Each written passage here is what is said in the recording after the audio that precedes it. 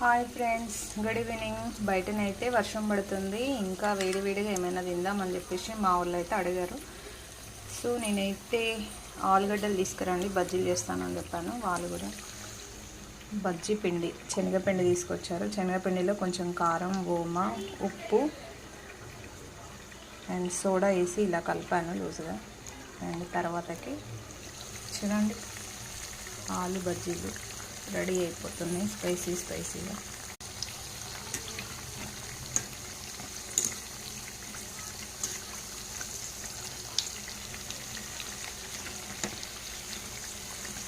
ఇలా నెమ్మదిగా కలుపుతూ ఉండాలి. బాగా హైగా పెట్టుకుంటే మాడిపోతాయి. మీడియంలో పెట్టాను. బజ్జీలు అయితే రెడీ అయిపోయినాయి. వేడిగా బజ్జీలు రెడీ. ఇప్పుడు ఇవి టేస్ట్ చేసి చూద్దాం ఎట్లా ఉన్నాయో.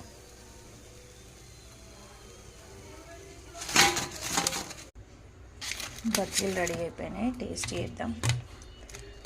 సో సింపుల్గా నేనైతే కొంచెం టమాటా సాస్, 2 పచ్చిమిర్చి ఇలా గార్నిష్ చేశాను. ఇప్పుడు టేస్ట్ చేద్దాం.